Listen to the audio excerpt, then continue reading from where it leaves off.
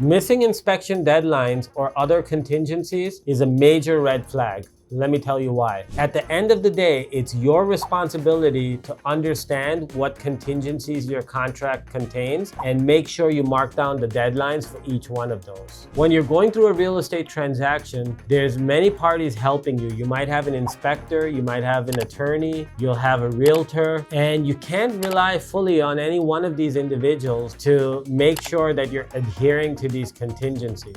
Oftentimes, what I'll see is a transaction go sideways because the buyer didn't send out any notices within the contingency deadline. Sometimes, if the transaction is subject to financing, meaning you have a financing contingency, the contract might say that you're required to apply for financing within 10 days of the contract being accepted. And so if you haven't submitted your application, you might have the false sense of assurance that this contingency is really valid. They may ask you for proof that you applied for your financing within the 10 days. And if you didn't do that, that's a problem. If you have an inspection contingency, that contingency will generally say when you have to submit any repair request by. You want to make sure you're adhering to that contingency. If you don't, you waive it and you're still required to close on the transaction.